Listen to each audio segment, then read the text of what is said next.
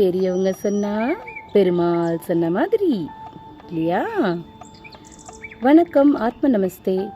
Welcome to this Janaki Aachi kolams channel. இந்த நாள் உங்களுக்கு இனிமையான நாளாக அமைய வாழ்த்துக்கள். சிறகில்லாத பறவை தேசமெல்லாம் சுற்றும். அது என்ன? வழக்கம் போல் யோசிங்க. அதுக்குள்ள ஒரு சின்ன குறிப்பை சொல்லிட்டு நான் விட சொல்கிறேன். வெள்ளியோட வெண்மைக்கு என்ன காரணம்? எப்படி வெள்ளியை வெண்மையாக வச்சுக்கிறது? ஆசையாக நம்ம வாங்கி அழகு பார்க்கும் வெள்ளி நகைகளோ இல்லை பாத்திரங்களோ நாளடைவில் கருத்து போகாமல் பார்த்துக்கணுன்னா ரொம்ப சின்ன எளிமையான குறிப்பு தான். வெள்ளி நகைகள் இல்லை பாத்திரங்கள் வச்சுருக்கும் பாத்திரத்தில் 1-2 கற்பூரத்தை போட்டு வச்சா அது எளிதில் கருத்து போகாது. அதே மாதிரி நல்லா புளிச்ச பாலில் வெள்ளி பாத்திரத்தை ஊற வச்சு கழுவுனா அது பளபளன்னு மின்னும். இப்போ நீங்கள் இந்த ரகசியத்தை தெரிஞ்சுக்கிட்டீங்களா? வெள்ளி பாத்திரத்தை எப்படி பாதுகாக்கிறதுன்னு. இப்போ நாம் விடுகதைக்கு வருவோம்.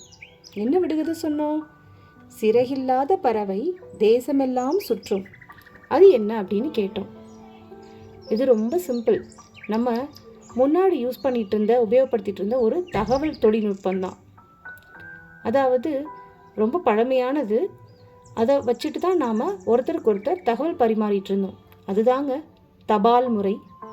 தபால் தான் சிறகில்லாத பறவை தேசமெல்லாம் சுற்றும்.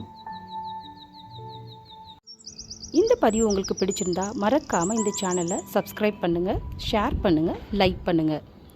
இந்த மாதிரி புது புது சின்ன சின்ன அழகான சிக்குக்கோலங்களை உங்களுக்காக நாங்கள் அடிக்கடி பதிவேற்றம் பண்ணுறோம்.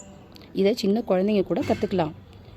நம்ம பழம்பெருமையான, அதாவது நம்ம முதியோர்களோட எல்லா திறமைகளையும் நாம் தெரிஞ்சுக்கிறது நமக்கு பின்னால் ரொம்ப அவசியமாக இருக்குது. அதை இந்த சேனல் ஊக்குவிக்குது. வணக்கம், வாழ்க வளமுடன். வெற்றி உமதே.